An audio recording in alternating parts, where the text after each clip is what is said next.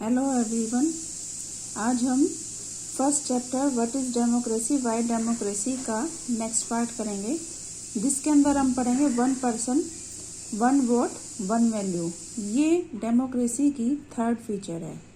इसके अंदर कहता है कि एक व्यक्ति को एक वोट मिलता है और उसकी वैल्यू एक ही काउंट होती है। जैसे कि इंडिया है, आपने इलेक्शन देखे होंगे कि आपके पेरेंट्स हैं इलेक्शन पार्टिसिपेट करते हैं, तो आपने देखा होगा कि वो जब भी इलेक्शन में पार्टिसिपेट करेंगे एक ही वोट डालेंगे, यानी कि एक ही बार वोट डालेंगे, बार बार वोट नहीं डालते हैं। ठीक है, तो इसको हम कहते हैं एक 1 पर्सन, यानी कि एक व्यक्ति 1 वोट, यानी कि वो एक ही बार वोट डाल सकता है, और 1 वैल्यू, उसका जो वोट डाला है उसको एक ही उसका हम वैल्यू काउंट करेंगे। अब जो ये राइट टू वोट है, इसको हम कह सकते हैं कि यूनिवर्सल एडल्ट फ्रेंचाइजी है, यानी कि हमें सार्वभौमिक मताधिकार, वयस्क मताधिकार के साथ जुड़ा हुआ है। तो यहाँ पर ये हमें ऐसे ही नहीं मिला है। बहुत सारी कंट्रीज हैं जो अभी भी इस 1 वोट 1 वैल्यू 1 पर्सन के लिए अभी भी फाइट करती रहती है। तो यहाँ पर हम इसमें कुछ एग्जांपल्स देखेंगे जहाँ जो वोटिंग सिस्टम है उसमें उनको अभी तक इस टाइप के कोई भी मतलब इक्वल राइट टू वोट नहीं मिला है। जैसे कि सऊदी अरबिया है, तो सऊदी अरेबिया में अभी भी औरतों को, यानी कि लेडीज को वोट देने का अधिकार नहीं है। एस्टोनिया है, एस्टोनिया जो कि सोवियत यूनियन का पार्ट था, उसमें अभी भी जो रशियन थे, यानी कि जो माइनॉरिटी में थे रशियंस, उनको अभी भी यहाँ पर राइट टू वोट के लिए काफ़ी मुश्किलें का सामना करना पड़ता है। फिजी है, फिजी जो कि यूनाइटेड स्टेट का पार्ट था, उसके अंदर भी बहुत सारे जो इंडियंस थे, यानी कि जो इंडिया के गए हुए थे, उनको अभी भी वहाँ मेन वोट देने का अधिकार नहीं है। तो नेक्स्ट जो हमारी डेफिनेशन है वो क्या बनती है? In a democracy each adult citizen must have vote and each vote must have 1 value. अब ये कहता है कि डेमोक्रेसी यानी कि लोकतंत्र में हर वयस्क नागरिक, यानी कि एडल्ट सिटीजन को एक वोट होना चाहिए और हर वोट का एक समान वैल्यू होनी चाहिए। यानी कि कहने का क्या मतलब है कि एक पर्सन को जो वोट डाल रहा है उसकी वैल्यू एक ही काउंट होती है। ये देखो ऊपर एक कार्टून दे रखा है कि कहता है एट लास्ट, यानी कि आखिरकार 1 मैन 1 वोट, यानी कि एक व्यक्ति और एक वोट, उनको राइट टू वोट मिल गया है। पीछे देखिए आप, एक यहाँ पर ये व्यक्ति क्या कह रहा है कि I like it better when, मैं इसको तब मेरे अच्छे दिन थे, when I was the 1 man and 1 vote, जब मैं ही एक वोटर था और मेरी जो मैं अपनी पसंद था, मैं अपने उसको ही वोट करता था। ठीक है, अब इस स्टोरी को हम थोड़ा सा और आगे डिफाइन करेंगे। Rule of law and respect for rights, कानून का राज और अधिकारों का आदर। अब यहाँ पर एक स्टोरी दे रखी है जिम्बाब्वे। तो जिम्बाब्वे जो कि 1980 में मतलब यहाँ पे बहुत ही कम मात्रा में ब्रिटिशर्स थे, यानी कि माइनॉरिटी में थे, लेकिन फिर भी मतलब इनके ऊपर गोरों का राज था। ठीक है, तो जिम्बाब्वे को 1980 में यहाँ उन लोगों से आज़ादी मिली, वाइट से, यानी कि गोरे लोगों से। जैसे हमारे इंडिया को 1947 में मिली थी, ऐसे जिम्बाब्वे को 1980 में मिली थी।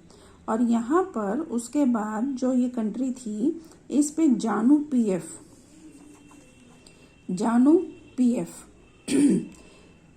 इस दल का, यानी कि ये जो पार्टी कह सकते हो, इसका रूल था। और इसने क्या किया था? फ्रीडम के लिए स्ट्रगल किया था। और इसका जो लीडर था रॉबर्ट मुगाबे था। रॉबर्ट मुगाबे ही बाद में शासन कर रहा था, यानी कि रूल कर रहा था। और यहाँ पे जो इलेक्शंस थे वो रेगुलर हेल्ड होते थे, लेकिन हमेशा जानु पीएफ जो पार्टी थी वही जीतती थी। अब यहाँ जो मुगाबे था यानी कि रॉबर्ट मुगाबे था, अब वो राष्ट्रपति है वहाँ का, यानी कि प्रेसिडेंट है। तो यहाँ पे जो लोग बाग हैं उसको काफ़ी पसंद करते हैं, लेकिन वो हमेशा जो इलेक्शन होते हैं उसके अंदर गलत तरीके अपनाता है, यानी कि डर्टी ट्रिक्स अपनाता है। और यहाँ पर उसने क्या किया, जो कॉन्स्टिट्यूशन था उसके अंदर बहुत बार उसके अंदर चेंजेस किए। अब चेंजेस करने का क्या मतलब है? चेंजेस करने का तो सीधा सा मतलब है कि वो अपनी पावर को क्या करना चाहता है, इंक्रीज करना चाहता है। जितनी बार वो चेंज करेंगे तो उतनी ही बार उनकी पावर क्या हो जाएगी, इंक्रीज हो जाएगी। और इसके अलावा अब वो लोगों को जवाब भी नहीं देंगे, यानी कि अब लोगों को जवाब देने मतलब वो जवाब देना सही नहीं समझते हैं। तो अब जो अपोजिशन जो पार्टी है, उन लोगों के जो वर्कर्स थे उनको ये काफ़ी परेशान करते थे। उनकी जो पार्टी अगर कोई असेंबली कर रही है या फिर कोई सेमिनार कर रही है या फिर इकट्ठा हो रही है, तो उसमें ये क्या करते थे, मतलब उसको डिस्टर्ब करते थे, गड़बड़ मचा देते थे। यानी कि कभी जैसे कि आपने देखा होगा कि भी कुर्सियां फेंक दी या फिर माइक तोड़ दिया या फिर नेताओं को धमका दिया, डरा दिया। तो इस टाइप से क्या करते थे, ये डर्टी ट्रिक्स अपनाते थे, यानी कि अपोजिशन पार्टी के बारे में ये कुछ भी इस टाइप की बातों को सहन नहीं करते थे। तो यहाँ पर क्या करते थे, अगर कोई सरकार के अगेंस्ट खड़ा होता था, यानी कि गवर्नमेंट के अगेंस्ट कोई बात करता था, तो उसको ये क्या करते थे, जो मतलब उसको इलीगल डिक्लेयर कर देते थे, यानी कि गैर कानूनी घोषित कर देते थे। तो एक ऐसा कानून भी है जो कि प्रेसिडेंट की आलोचना को क्या करेगा, सीमित करता है। यानी कि हमारे पास मतलब जो ये कंट्री थी जिम्बाब्वे, यहाँ पर एक ऐसा कानून भी है जहाँ पर ये प्रेसिडेंट की हम क्या कर सकते हैं कि भी उनके बारे में ये कह सकते हैं कि ये गलत तरीका है। तो यहाँ पर उसकी पावर को क्या करना चाहिए, उसको लिमिट में करना चाहिए। अब कहता है कि independent newspaper but the government harasses those journalist who go against it. अब जो टेलीविज़न था या रेडियो था, यानी कि जो मीडिया था, उसके ऊपर भी कंट्रोल था, मतलब गवर्नमेंट का ही कंट्रोल था। तो अब वो जो न्यूज़ छापेंगे या न्यूज़ प्रिंट करेंगे या फिर न्यूज़ चैनल्स पे दिखाएंगे, वो सिर्फ वही दिखाएंगे जो कि जो रूलिंग पार्टी है वो दिखाना चाहती है। अखबार थे, पेपर थे, वो फ्री तो थे, पर वो अगर गवर्नमेंट के बारे में गलत बात कहते या आलोचना करते तो उनको जो राइटर्स थे, यानी कि जिन्होंने लिखा था, उसको वो क्या करते थे, दुखी करते थे, परेशान करते थे। तो इस टाइप से क्या होता था कि सरकार में कुछ ऐसे जो फैसले होते थे ना, उनकी कोई भी जजमेंट की परवाह नहीं करते थे और उनके खिलाफ हो जाते थे। तो इससे क्या होता था, जो जजेस थे ना, उनके ऊपर इसका काफ़ी प्रेशराइज कर होते थे, यानी कि उनके ऊपर दबाव डाला जाता था। तो जिम्बाब्वे एक ऐसा एग्जाम्पल है जहाँ पर जो रूलर्स हैं वो मतलब बार बार क्या कर रहे हैं, चेंज कर रहे हैं, ठीक है। लेकिन वहाँ पर क्या है कि जो डेमोक्रेसी है वो तो ज़रूरी है, वहाँ पर ज़रूरी है, लेकिन वो इतनी तरीके से वहाँ पर एस्टेब्लिश नहीं की गई। अब देखो वहाँ पर जो जिम्बाब्वे है, उसके अंदर जो मुगाबे है, यानी कि रॉबर्ट मुगाबे है, वो काफ़ी मतलब ये कह सकते हो कि लोकप्रिय है, पॉपुलर है। लेकिन ये जरूरी नहीं है कि जो लोकप्रिय है यानी कि पॉपुलर जो लीडर है वो सही हो। वो क्या बन सकता है, डिक्टेटर भी बन सकता है। जब उसको सारे लोग पसंद करेंगे तो वो अपनी मन मर्जी भी चला सकता है ना। तो इस टाइप से क्या होगा कि हमें क्या करना है, डेमोक्रेसी को हमें देखना है, हमें उसके इलेक्शंस पे नज़र रखनी है कि भी क्या कितना ज़रूरी है कि हम किसी चुनाव में जो पार्टिसिपेट कर रहे हैं और उसके बाद क्या हम उसके ऊपर नज़र रख रहे हैं या नहीं। तो यानी कि जो अपोजिशन पार्टी है वो जो पॉलिटिकल एक्टिविटीज़ हैं उनके अंदर कितना पार्टिसिपेट कर रहे हैं। तो इन सब को लेकर तो हमें यहाँ पे क्या है, हमें इस चीज़ का क्या करना चाहिए, जो हमें राइट्स मिले हैं उन सब की हमें रिस्पेक्ट करनी चाहिए, उनको सोचने की, हमें अपने व्यूज़ देने की और इकट्ठे होने की, यानी कि हम पब्लिकली हम क्या हो सकें, इकट्ठे हो सकें और जो हमारे व्यूज़ हैं उनको डिस्कस कर सकें, दूसरे लोगों के साथ शेयर कर सकें, या फिर हम कोई भी पार्टी फॉर्म कर सकते हैं, या फिर जो हम पॉलिटिकल एक्टिविटीज़ हैं उनके ऊपर हमें निगरानी रखने की क्या होनी चाहिए, फ्रीडम होनी चाहिए। तो इस टाइप से क्या है कि हम जो जुडिशरी है, जुडिशरी के आगे, जुडिशरी में क्या कहता है, everyone should be equal in the I of law, यानी कि कानून की नज़रों में आप सभी समान हो, एक जैसे हो, यानी कि कोई भी गरीब नहीं है, कोई भी अमीर नहीं है, कोई भी छोटी कास्ट का नहीं है, कोई अपर कास्ट का नहीं है, कोई मेल नहीं है, कोई फीमेल नहीं है, यानी कि अगर क्राइम किया है तो सभी को एक जैसी ही पनिशमेंट मिलेगी। तो यहाँ पे क्या करता है कि जो जुडिशरी है उसका हमें एक समान रूप से पालन करना चाहिए, यानी कि जो जुडिशरी आदेश देगा उसको हमें सभी लोगों को मानना पड़ेगा। तो ये चैप्टर 6 में हम इसमें डिटेल में पढ़ेंगे।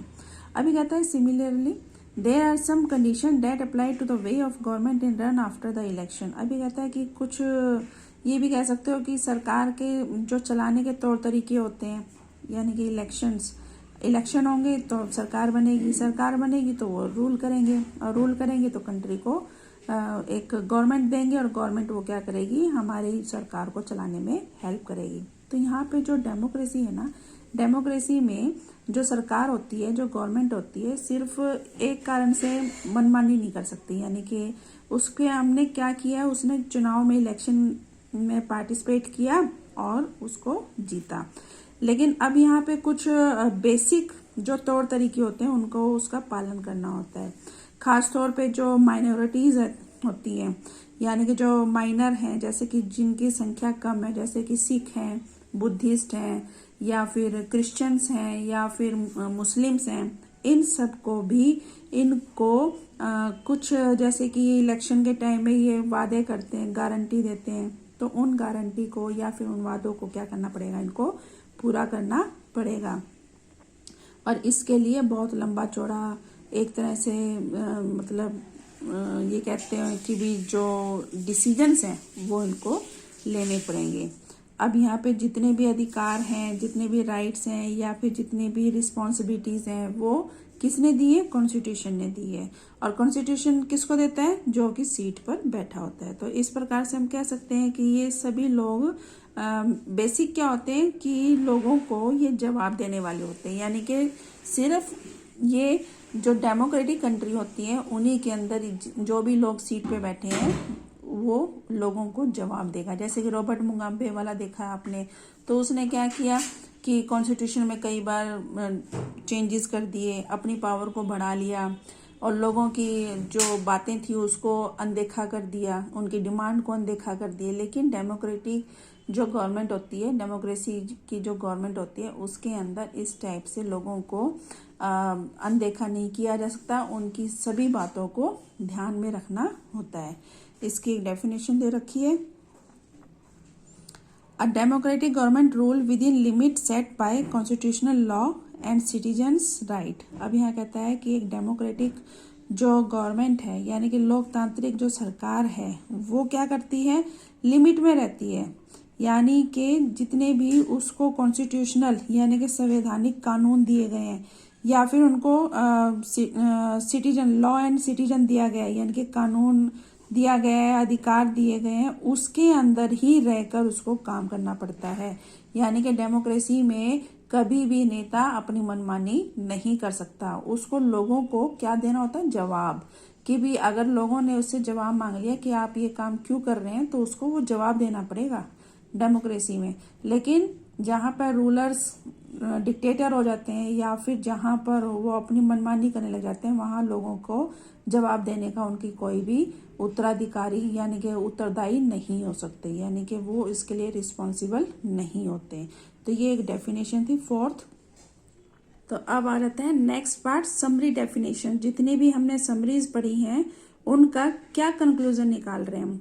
तो यहाँ पे एक अब छोटी सी सिंपल डेफिनेशन थी स्टार्टिंग में, democracy a form of government in which the rulers are elected by the people.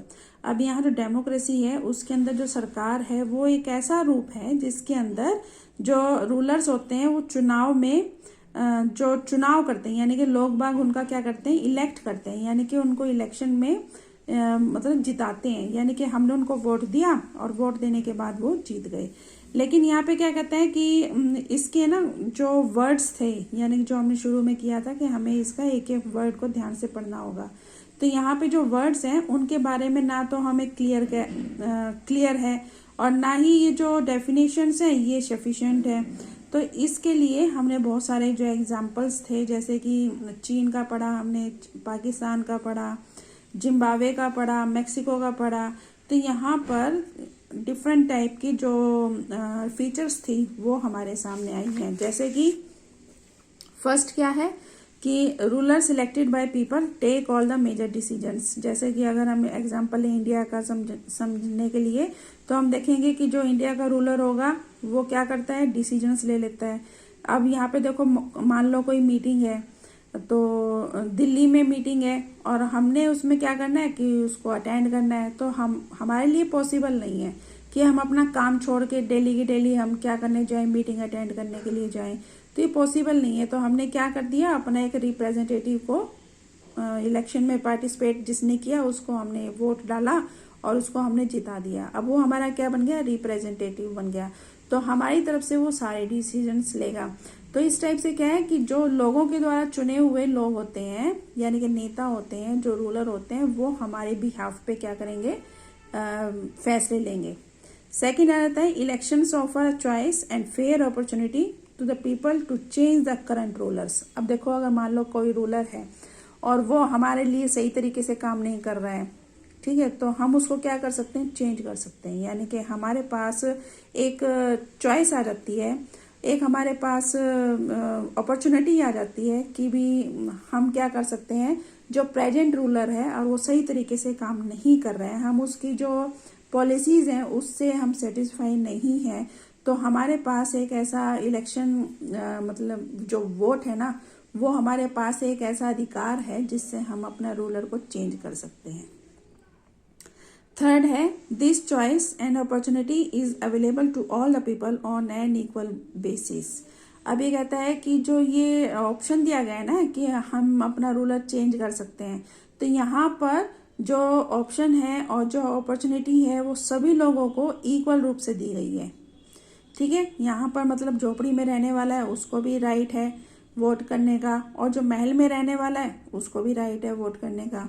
ठीक है, तो यहाँ पर हमें इक्वल अपॉर्चुनिटी दी गई है।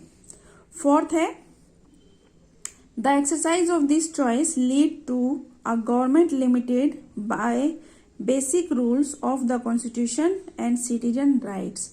अब यहाँ जो चुनाव है यानी कि इलेक्शंस हैं और इलेक्शन में बनने वाली जो गवर्नमेंट है वो यहाँ पर हमारे बेसिक रूल्स यानी कि जो क्या रूल्स हैं और हमारे जो कॉन्स्टिट्यूशन ने राइट्स दिए हैं उनके अंदर रहकर ही वो हमारे लिए क्या करेगी, काम करेगी।